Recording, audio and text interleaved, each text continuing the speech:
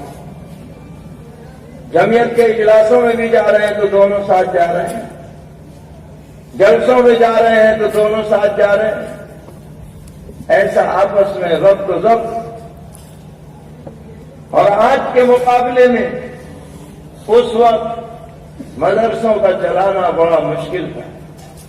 آج تو وسعتیں ہو گئی ہیں ماشاءاللہ، فتوحات کے دروازے کھل گئے ہیں، خاص کر بڑے اداروں کے لیے۔ اس وقت اتنے بڑے ادارے کو سنبھال کر کے رکھنا اور چلانا بڑا سارے دار۔ ان حضرات نے اپنی ذمہ داریوں کو پوری طرح نبھایا ہے۔ اور اس دور میں ہمارے نائب محتمین تھے حضرت مولانا سید حامد حسن صاحب رحمۃ اللہ علیہ، جن کا دفتر پہ پورا کنٹرول تھا۔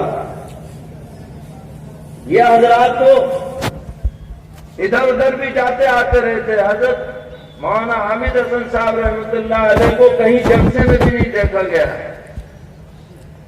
سفر میں بھی شاید کبھی کبھار کہیں جاتے ہوں، لیکن مدرسے کے اندرونی معاملات میں ان کی مکمل پکڑ ہے.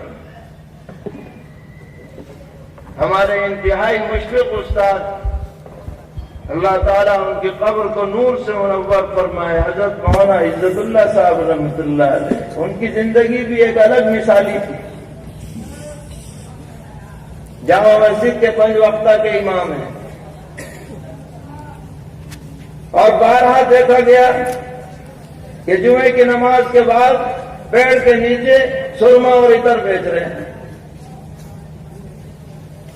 آج کل کے ہم جیسے مولویوں کی تو عزت پہ فرق آ جائے، حضرت پر کوئی اثر نہیں. پیدل آ رہے ہیں، رکشے سے آ رہے ہیں،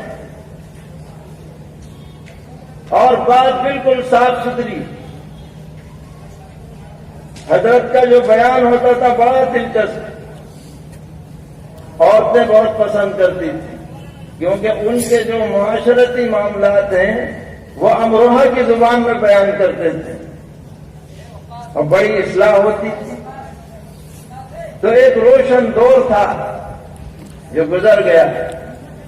ہمارے لیے وہ سب حضرات ایک نقوش بہترین چھوڑ کر کے گئے ہیں. اخلاص کے نقوش ہیں، مجاہدے کے نقوش ہیں، دین کے لیے جینے اور دین کے لیے نقل و حرکت کے نقوش ہیں، جو پوری امت کے لیے مشعل راہ. آج انہی تذکروں کو دوبارہ اپنے سامنے لانے کے لیے یہ اجلاس منعقد ہوا ہے. اللہ تعالی ہم سب کو اپنے بزرگوں کے نقش قدم پر چلنے کی توفیق عطا فرمائے. حضرت مولانا شبیہ احمد صاحب فیض آبادی رحمۃ اللہ علیہ کا تذکرہ ہوا. ہمیں یاد ہے حضرت کے ہاتھ میں ہمیشہ چھڑی رہتی. ہاں صاحب بھی تھے نا حضرت، جلال بھی تھا. کوئی غلط بات آپ سے منوا نہیں سکتا.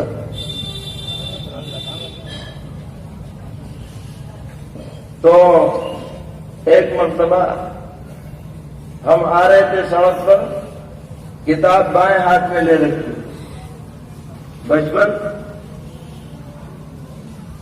8-9 سال کی عمر ہوگی. وہیں سے ڈنڈا دکھایا، خبردار آئندہ اگر بائیں ہاتھ میں دیکھ لی تو خیر نہیں، دائیں ہاتھ میں سینے سے لگا کے رکھنی ہے کتاب. وہ ڈنڈا آج تک یاد ہے. اس کے بعد سے کوئی کتاب بائیں ہاتھ میں پکڑے تو مولانا یاد آ جائے.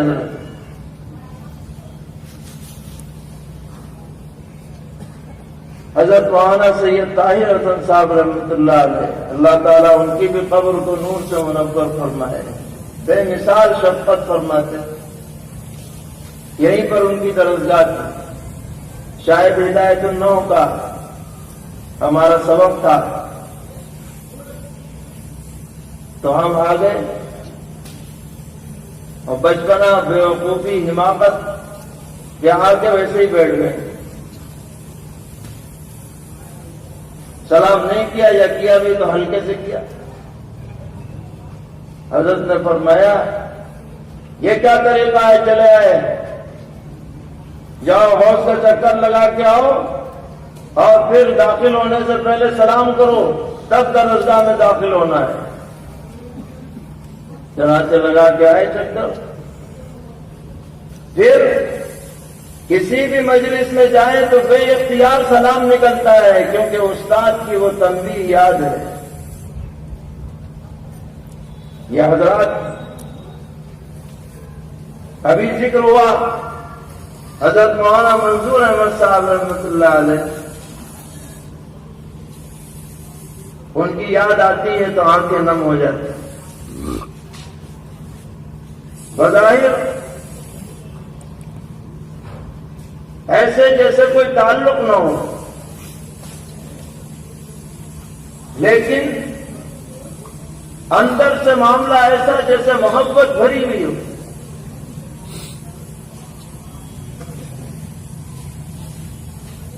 حضرت کچھ تنبیہ بھی فرماتے تھے. سبق جو تھا وہ پوری طرح توجہ کے ساتھ ہوتا تھا. اگر سبق حضرت اکثر سر جھکا کے پڑھاتے تھے، لیکن کنکیوں سے دیکھتے رہتے تھے کہ کون کس حالت میں ہے. اگر کوئی کسی وقت مسکرا دیا سبق میں تو بس اس کی پھر خیر ہے. اب کم سے کم 15 منٹ اس کی مسکراہٹ پہ تبصرہ ہو کہ بھئی مسکراتا ہے آدمی تو یا تو اس لیے مسکراتا ہے کہ اس نے کوئی عجیب چیز دیکھ لی. تو بتائیے آپ نے کیا عجیب چیز دیکھی، یہ بتانا پڑے گا. اور یا پھر اس لیے مسکراتا ہے کہ اسے کوئی پرانی بات یاد آ گئی، اسے سوچ کے مسکرا رہا ہے. تو بتاؤ کیا بات یاد آئی؟ اکیلے کیوں ہنس رہے ہو؟ ہمیں بھی بتاؤ. اور یا تو پھر مسکراتا ہے اس لیے کہ دماغ میں خلل ہے، اس لیے مسکرائے چلا جا رہا ہے. اور اس پر کوئی تنبیہ بھی ہوتی تو حضرت کے سبق میں کوئی غلطی ہوئی، مجھے ابھی تک یاد نہیں کیا غلطی، لیکن اس وقت حضرت نے بر وقت سزا نہیں دی اور یوں کہہ دیا تمہاری سزا ادھار.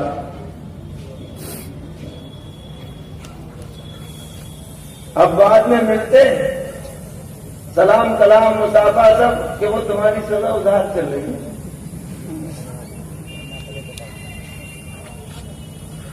اب یہ حضرت فرمائیں گے، یہ بھی ہمارے انتہائی مشفق اور دعاگو اساتذہ میں اللہ تعالیٰ ان کی عمر میں برکت عطا فرمائے. حضرت مولانا اسماعیل صاحب دامت برکاتہم مددلہم،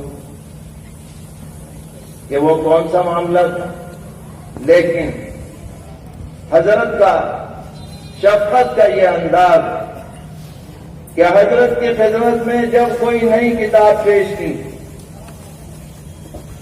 انتہائی دعائیں دی اور اس زمانے میں 500 روپے انعام دی. نعت النبی نمبر پورا پڑا اور اس سے پہلے اللہ سے شرم کیجئے باقاعدہ مراد آباد تشریف لے گئے اور انتہائی عظمت کے ساتھ جس کے ہم ہرگز مستحق نہ تھے. تو یہ بزرگ اور یہ اساتذہ ہمارے لیے اللہ اکبر دلوں میں بسانے کے لائق. آج وہ نہیں ہے مگر ان کی یادیں موجود ہیں اور انہی یادوں کو تازہ کرنے کے لیے یہ پروگرام ہوا. اللہ تعالی ان سب حضرات کی خبروں کو نور سے منور فرمائے، درجات بلند فرمائے، ان کے نقش قدم پر چلائے. جمعیت علماء ہند نے یہ ارادہ کیا ہے کہ اپنے ان اکابر کو جنہوں نے اس جماعت کو اپنے خون جگر سے سینچا ہے ان کو یاد کیا جائے تاکہ نئی نسل کے لیے بہترین رہنمائی ملے. اللہ تعالی ہم سب کو اپنے اکابر کی قدردانی کی توفیق عطا فرمائے. وآخر دعوانا الحمد للہ رب العالمین.